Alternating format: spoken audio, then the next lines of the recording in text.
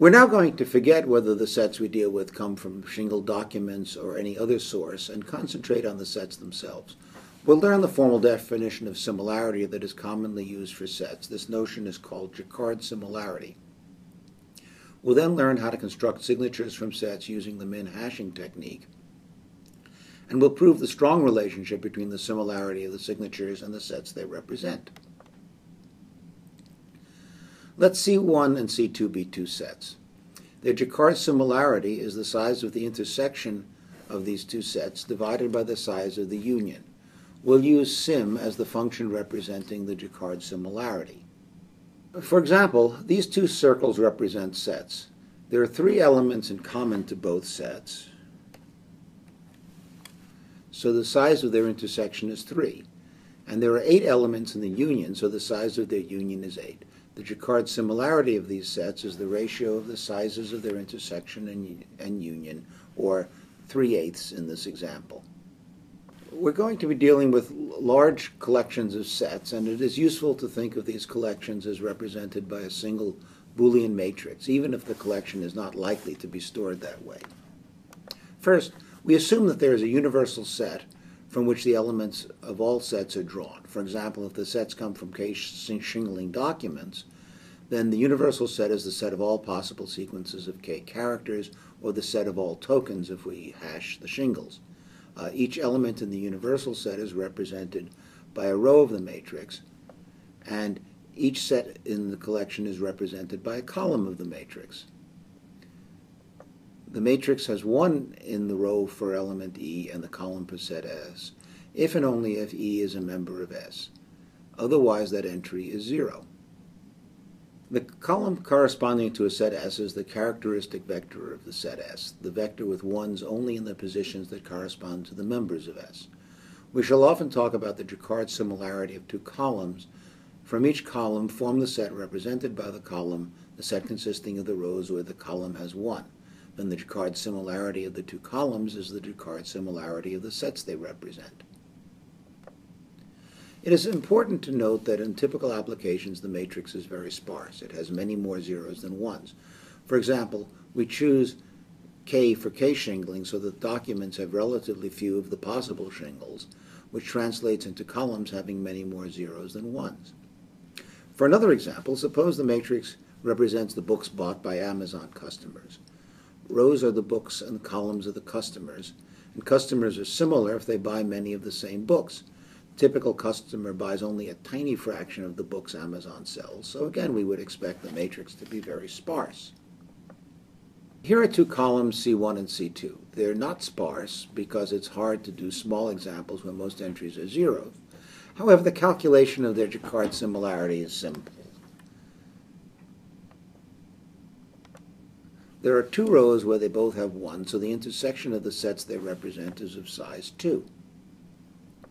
And there are 5 rows where at least one of the columns has 1, so the size of the union of the represented sets is 5. Thus, the Jacquard similarity is 2/5 of 40%. In general, you can compute the similarity of two columns by counting the number of rows where both have 1 and dividing by the number of rows in which one or both have 1. Our goal is to describe how minhashing of sets or matrix columns works, and to show that we can deduce the similarity of the sets or columns by looking at the signatures that result from minhashing.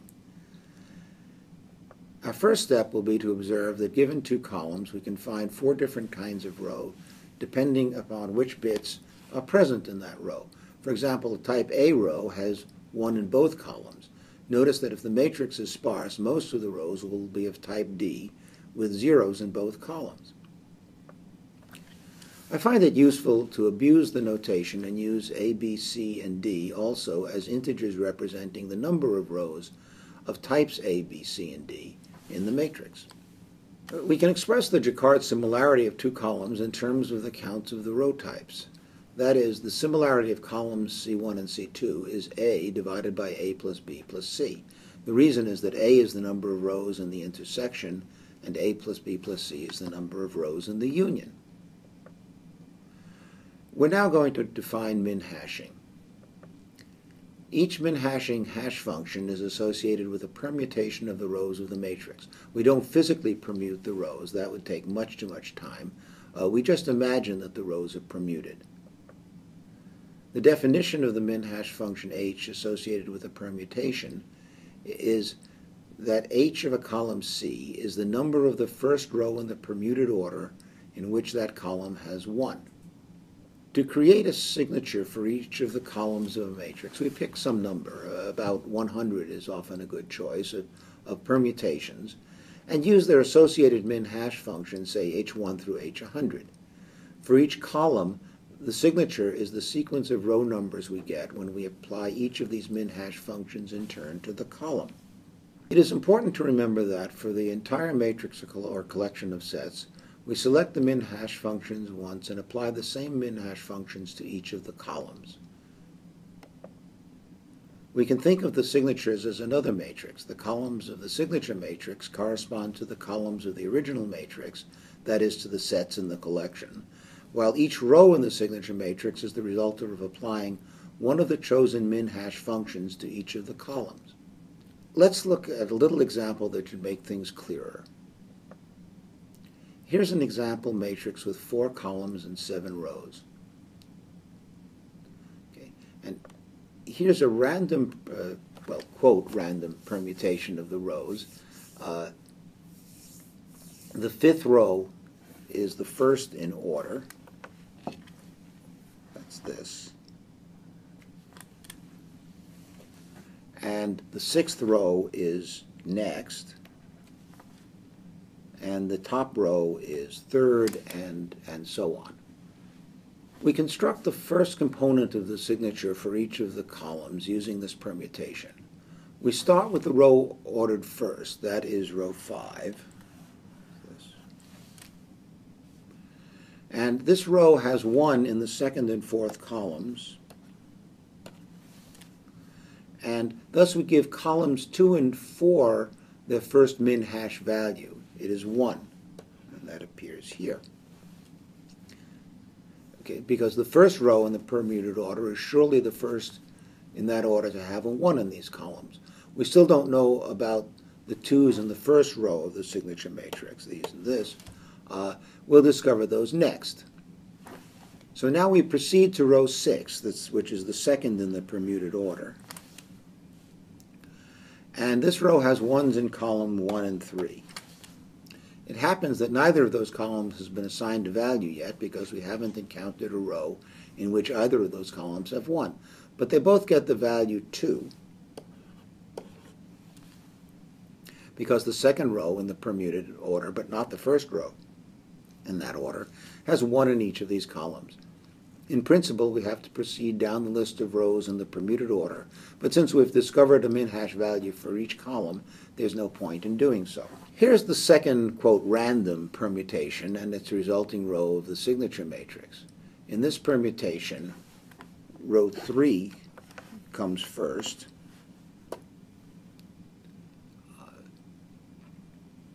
It has a 1 in the 2nd and 4th column, so the second row of the signature matrix gets 1 in those columns.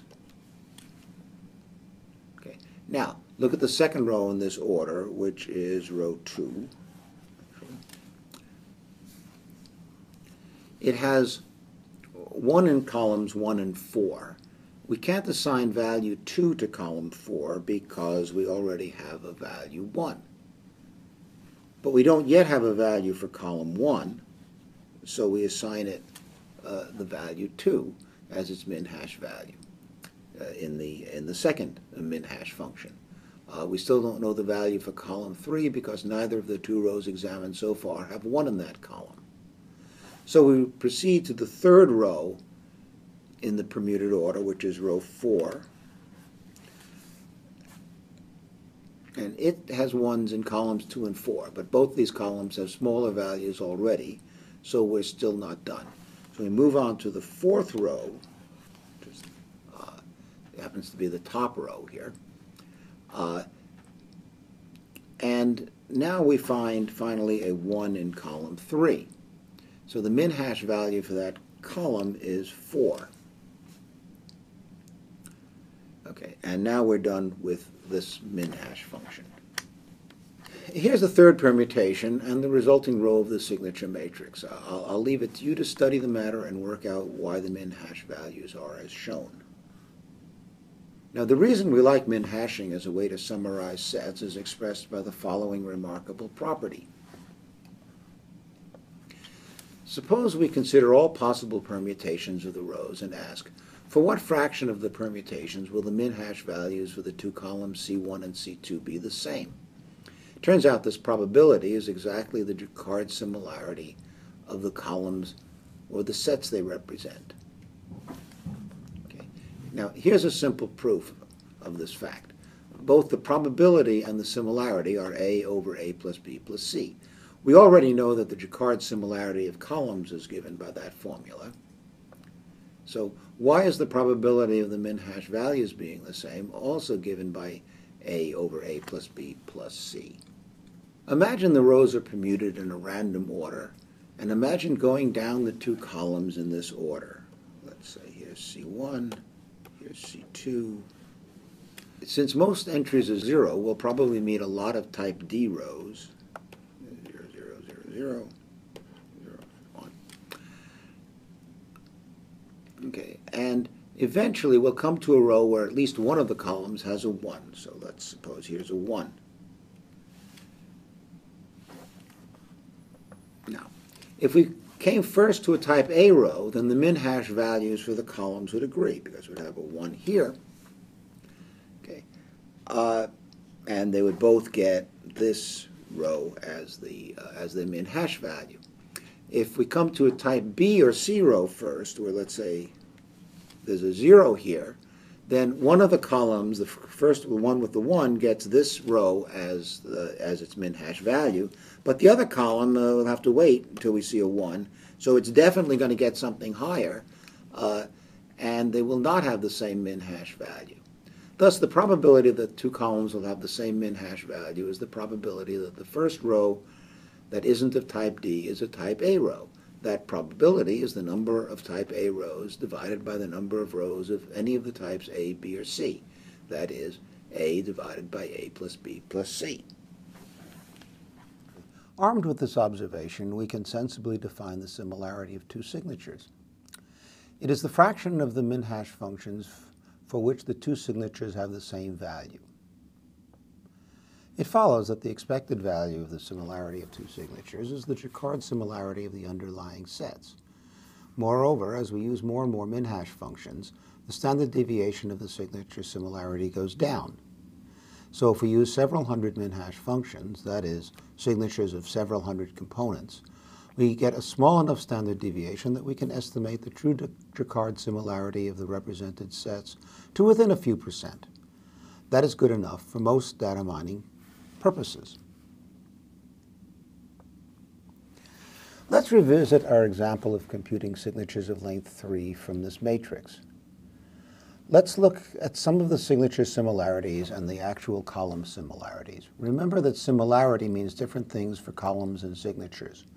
For columns or sets, it is the Jacquard similarity, while for signatures, it is the fraction of components in which the two signatures agree. So let's look at columns 1 and 3.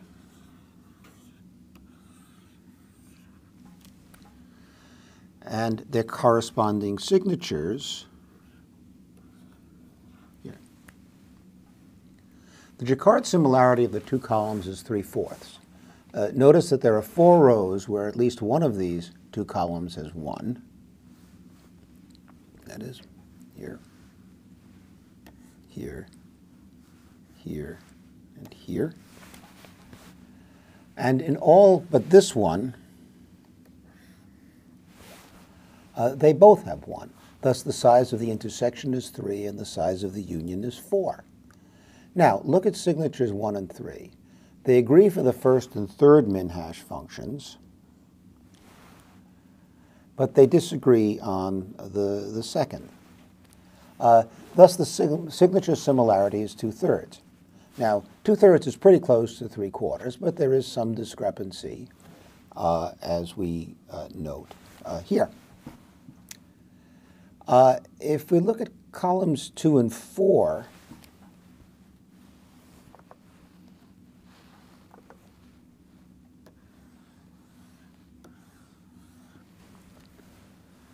we again find the Jacquard similarity is 3/4, but here the similarity of the signatures is 1. They are, in fact, identical in all three components. Another interesting example is columns 1 and 2. These columns have an empty intersection, so their Jacquard similarity is 0. It turns out that when the Jacquard similarity is 0, it is impossible for any min-hash function to return the same value for these two columns, as we see again in the white table. Thus, the similarity of these signatures is 0, as it must be. Remember that we have defined min-hashing as if we actually permuted the rows, but it is not really feasible to do so. So let's consider data of modest size where there are 1 billion rows. First of all, it takes a lot of time to pick a random permutation of 1 billion things. You essentially have to generate a billion random integers and do something with each. And representing a random permutation of 1 billion items takes at least 4 gigabytes of space. If we have, say, 100 random permutations, then that's 4/10 of a terabyte just to store the permutation. Okay. And if you try to access the rows of the matrix according to the order of one of these permutations, then you'll have to do many disk accesses to get each row, and that's incredibly time-consuming. Here's how we simulate permutations without actually permuting rows. For each min-hash function, we pick a normal sort of hash function that hashes integers to some number of buckets. We pretend that the position of row R in the permutation is h of r, where h is the hash function. So for each column, we look for that row R in which the column has a 1, and for which h of r is the smallest. More specifically, let's pick some number of ordinary hash functions, say 100 hash functions, one for each min-hash function we want to simulate. Okay. For each column C, we keep a slot for each of the hash functions, called the slot for column C and the ith hash function m of I in C. If we want 100 min-hash functions, then the number of slots is 100 times the number of columns. Our goal is that eventually m of I in C will become the smallest value of h sub I of r, for which column C has a 1 in row R. That is, we suppose that the ith min-hash function orders rows by the value to which h sub I sends each row. Notice that this ordering is not exactly a permutation. It's entirely possible that h sub I maps 2 or more rows to the same value. But if we make the number of buckets into which h of I hashes very large, larger than the number of rows, then the probability of a collision at the smallest value is very small, and we can ignore the probability of a collision. So here's the algorithm in a nutshell. The outer loop is on the rows.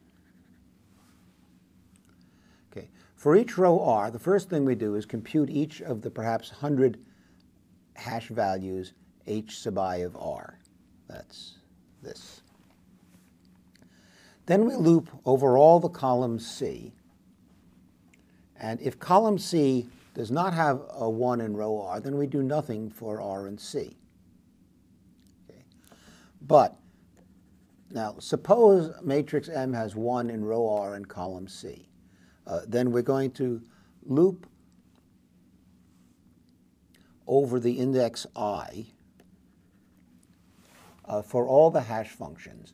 And for each of these perhaps 100 values of I, we check whether h sub I of r is smaller than the smallest value currently in the slot for the hash function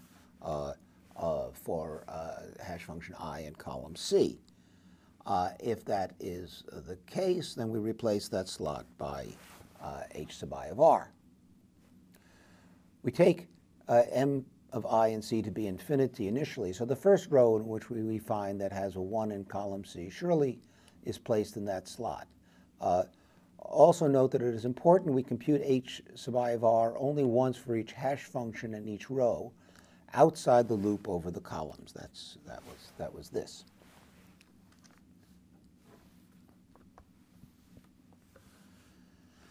So let's do a little example.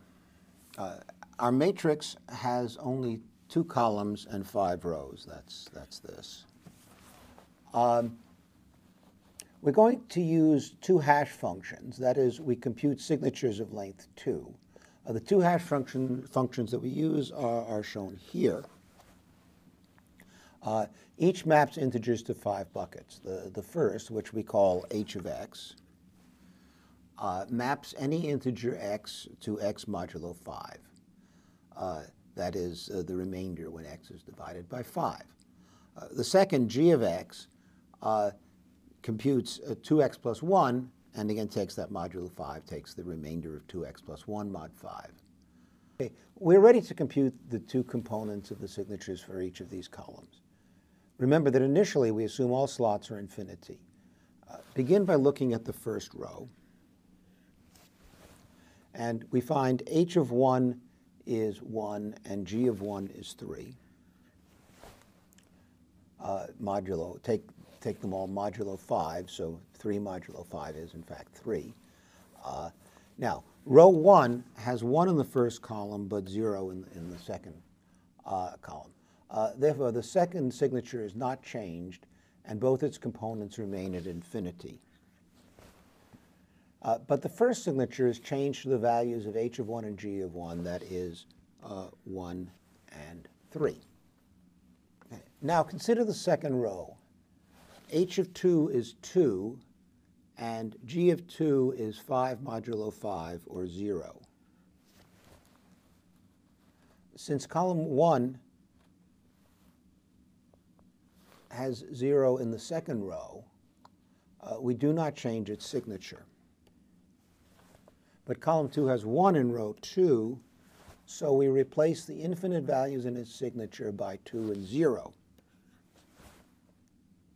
Next, the third row. H of 3 is 3, and g of 3 is 7, modulo 5, which is 2. There is 1 in row 3 of both columns, so both signatures are candidates for being lowered. However, h of 3 is 3, and the first components of both signatures are already lower, 1 and 2 respectively. So we do not change either first component. Now, g of 3 is 2, so we might change either second component. For the first signature, the current value is 3, so we lower it to 2. But for the second signature, the current value is already 0, so we leave it at 0.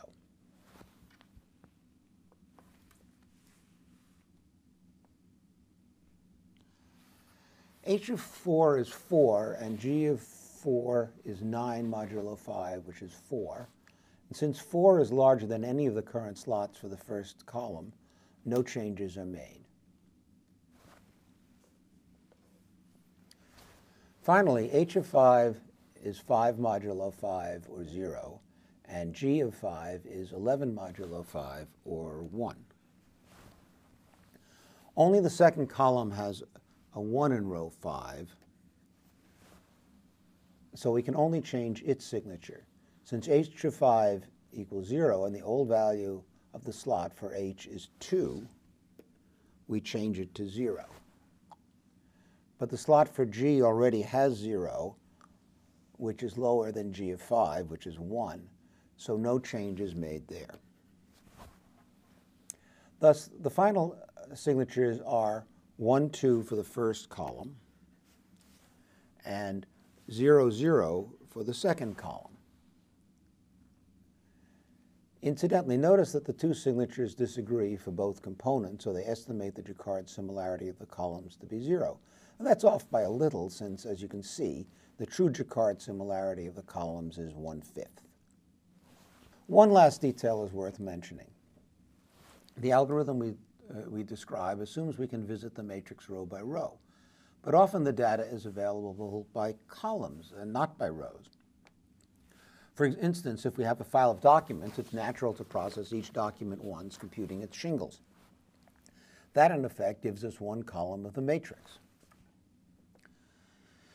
If so, we need to do one preliminary step. Sort the data so it is organized by row. That's not hard. Start with a list of row-column pairs where the ones are, initially sorted by column, and sort these pairs by row.